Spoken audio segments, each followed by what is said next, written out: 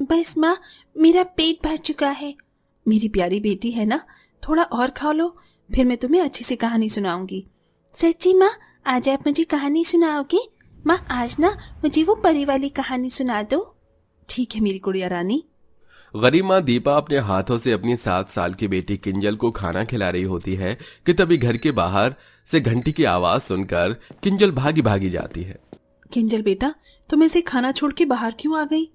माँ, वो आइसक्रीम वाला आया है माँ, मुझे आइसक्रीम दिला देना। मेरा काफी दिनों से आइसक्रीम खाने का मन कर रहा है। यह आइसक्रीम वाला तो काफी महंगी आइसक्रीम बेचता है और मेरे पास इतनी महंगी आइसक्रीम के लिए पैसे नहीं हैं। पैसा न होने की वजह से दीपा मन ही मन परेशान हो रही थी। तभी मोनिका नाम की औरत अपनी बेटी सिल्क के साथ उसी आइसक्रीम की गाड़ी के पास जाती है। भैया, आपके पास सबसे महंगी आइसक्रीम कौन सी है? बहन जी, ये वाली आइसक्रीम सबसे महंगी आइसक्रीम है, पूरे 800 रुपए की है। ठीक है, आप ये वाली आइसक्रीम मेरी बेटी को दे दीजिए। मोनिका अपनी बेटी को सबसे महंगी आइसक्रीम दिलाती है।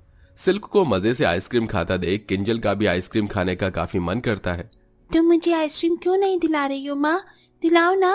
अरे ये क्या दिलाएगी तुझे आइसक्रीम, जिसकी औकात 10 रुपए की भी नहीं है। मोनिका, तमीज से बात करो, भूलो मत कि मैं तुम्हारी।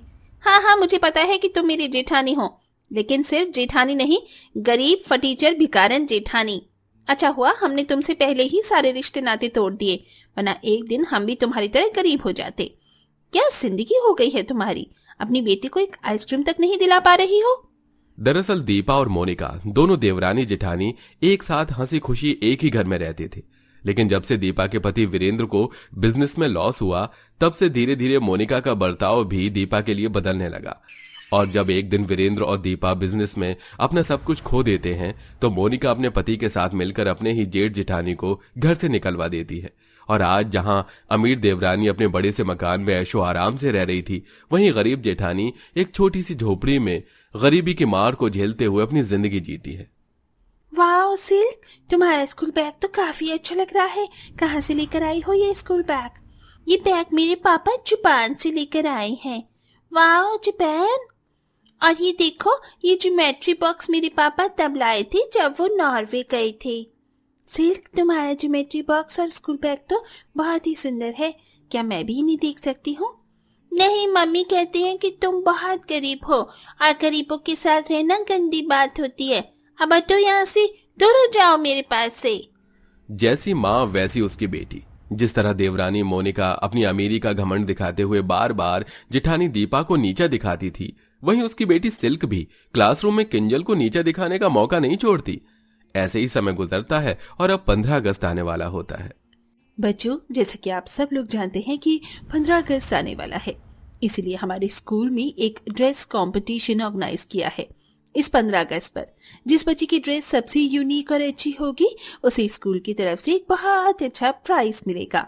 जो जो इस ड्रेस कंपटीशन में पार्टिसिपेट करना चाहते हैं, वो सब मुझे यहाँ पर अपना नाम नोट करवा दीजिए।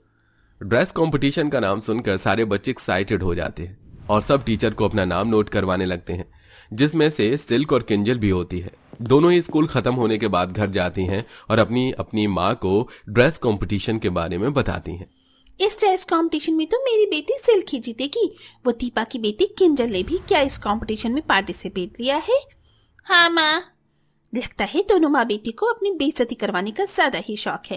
ये जानते हुए भी कि उनकी औकात अठन्नी की भी नहीं है, फिर भी अपनी ड्रेस कंपटीशन में पार्टिसिपेट ले लिया। बड़ा मजा आएगा जब सारी स्कूल के सामने उनकी बेटी की बेइज्जती होगी। जहां एक तरफ मोनिका अपनी जेठानी की बेटी के इस कंपटीशन में हिस्सा लेने पर उसका काफी मजाक उड़ा रही थी, तो वहीं दूसरी तरफ माँ, आप मुझसे नाराज तो नहीं हो ना? मैंने आपसे पूछे बिना कंपटीशन में पार्टिसिपेट जो लिया है। नहीं बेटा, मैं तुमसे गुस्सा नहीं हूँ, बस यही सोच रही हूँ कि ये गरीब की बेटी 15 अगस्त के ड्रेस कंपटीशन में क्या पहनेगी। मेरे पास तो तुझे एक अच्छी ड्रेस दिलाने के पैसे भी नहीं हैं और तेरे बाबा की भी इतनी कमाई नहीं है, सिलाई के भी कुछ ठीक ठाक पैसे नहीं आ रहे हैं। दीपा 15 अगस्त पर हो रहे ड्रेस कंपटीशन के लिए काफी ज्यादा परेशान होती है। काफी सोचने पर भी दीपा को कोई आइडिया नहीं मिलता।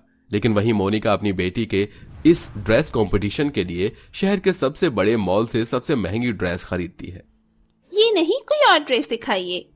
तो मैम, आप ये ड्रेस देखिए, कल ही हमारे मॉल में आई है, लेटेस्ट और ओनली पीस। ये हमारे यहाँ का है। हाँ, ये ड्रेस मेरी बेटी सिल्क पर बहुत अच्छी लगेगी। जब वो स्कूल कंपटीशन में ये ड्रेस पहन कर जाएगी तो उसे ही फर्स्ट प्राइज मिलेगा। मोनिका अपनी बेटी सिल्क के लिए सबसे महंगी और अच्छी ड्रेस खरीद लेती है और अब एक बार फिर अपनी जेठानी को नीचे दिखाने के लिए मोनिका उसके घर जाती है। ये देखो मेरी गरीब जेठानी में ड्रेस कंपटीशन के लिए आज ही अपनी बेटी के लिए इतनी महंगी ड्रेस लेकर आई हूँ। पूरे 40,000 की है ये ड्रेस। वैसे तुम्हारी बेटी ड्रेस कंपटीशन में क्या पहनेगी? कहीं ऐसा तो नहीं कि तुम उसे बोरा पहना कर भेज दो, क्योंकि तुम्हारी हैसियत तो बोरे की है। इतना कहकर घमंडी देवरानी एक बार फिर अपनी जेठानी की गरीबी का मजाक उड़ाती है और वहां से चली जाती है। लेकिन मोनिका की बातें सुन बेचारी दीपा की परेशानी और ज्यादा बढ़ जाती है। 15 अगस्त को मुश्किल से 4-5 दिन रह गए हैं। अब मैं इतने कम समय में कैसे अपनी बेटी के लिए ड्रेस का इंतजाम करूंगी? भगवान, अब आप ही मेरी कुछ मदद करिए। लोगों के सिले हुए कपड़ों को ले जाकर दीपा उन्हें देकर घर लौट ही रही होती है कि तभी 15 अगस्त की वजह से रास्तों पर बड़े बड़े बैनर रखे होते हैं जिसके अंदर भारतीय झंडा, तिरंगा और कई फ्रीडम फाइटर की फोटो भी लगी होती हैं, जिसे देख दीपा को काफी अच्छा आइडिया आता है और वो अपने पास रखे हुए थोड़े से पैसों से जाकर मार्केट से एक सफेद रंग का बड़ा सा कपड़ा लेकर आती है और साथ ही स्टेशनरी शॉप से फ्रीडम फाइटर का चार्ट भी ले आती है। माँ, तुम ये इतनी सारी फ्रीडम फाइटर की फोटो, ये कपड़ा और ये छोटा सा तिरंगा क्यों लेकर आई हो? किंजल बेटा, बस तुम देखती जाओ कि अब मैं कैसे तुम्हारी ड्रेस को तैयार करती हूँ। दीपा अपनी सिलाई मशीन पर बैठती है और उस सफेद कपड़े से एक सुंदर सी फ्रॉक सिलती है, जिसके बाद दीपा अब फ्रीडम फाइटर्स के चार्ट से फ्रीडम फाइटर की फोटो को कट करके उसे फ्रॉक पर अच्छे से लगा देती है। साथ ही उस फ्रॉक पर एक छोटा सा तिरंगा भी लगा देती है। लेकिन तभी एक बार फिर मोनिका अपनी जेठानी के घर पर आती है और उसकी बनाई हुई कंपटीशन की ड्रेस को देखकर उस पर काफी हंसती है। हाँ हाँ, तुम अपनी बेटी को ड्रेस कंपटीशन में ये ड्रेस पहनाओगी। लगता है तुम्हें भी अपनी बेटी का मजाक उड़ाने का बड़ा शौक है। अगर किसी को हमारे देश का तिरंगा और उन शहीदों की तस्वीर देखकर हंसी आती है जिनकी वजह से ही आज हमारे भारत देश आजाद हुआ है, तो उन्हें इस देश में रहने का कोई हक नहीं है, जैसे कि तुम। दीपा का ऐसा जवाब सुनकर मोनिका का मुंह बन जाता है और वो वहां से चली जाती है। ऐसे ही कुछ दिन गुजरते हैं और आज दोनों अमीर गरीब देवरानी जेठानी की बेटियों के स्कूल में ड्रेस कंपटीशन होता है। ये ड्रेस मुझ पर अच्छी तो लग रही है ना? हाँ बेटा, ये ड्रेस तुम पर बहुत अच्छी लग रही है। दीपा अपनी बनाई हुई ड्रेस किंजल को पहनाकर अच्छे से तैयार कर देती है। मोनिका भी अपनी लाई हुई महंगी सी ड्रेस अपनी बेटी को पहनाकर उसे भी अच्छे से तैयार कर देती है, जिसके बाद अब दोनों अमीर और गरीब देवरानी जेठानी अपनी अपनी बेटियों के साथ स्कूल में जाती हैं और थोड़ी ही देर में ड्रेस कंपटीशन भी शुरू हो जाता है, जहां सभी बच्चे स्टेज पर आते हैं और एक एक करके स्टेज पर वॉक करते हैं।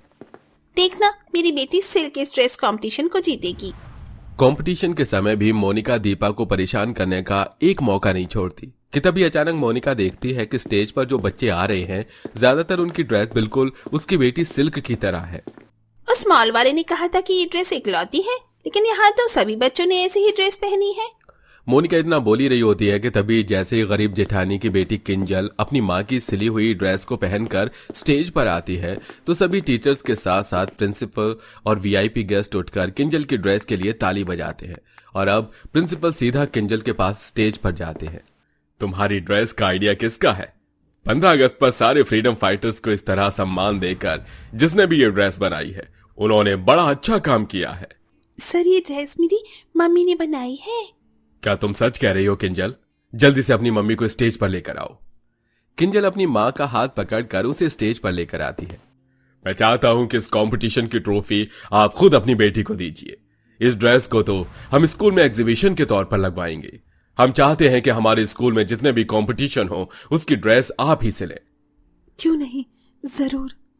अपनी माँ की वजह से किंजल इस ड्रेस कंपटीशन को जीत जाती है। इसी के साथ पूरे स्कूल में किंजल और दीपा की काफी इज्जत बढ़ती है और अब स्कूल की तरफ से दीपा को ड्रेस के ऑर्डर मिलने शुरू हो जाते हैं। वहीं इतना सब कुछ देखने के बाद मोनिका को भी अपनी गलती का एहसास होता है और वो अपनी जेठानी से माफी मांगती है। ऐसे ही थोड़ा समय और गुजरता है और अब अपनी मेहनत से दीपा एक बुटीक खोलती है, जिसमें वो ऐसे ही तरह तरह की ड्रेस सिलकर अपने परिवार का काफी अच्छे से ध्यान रखती है।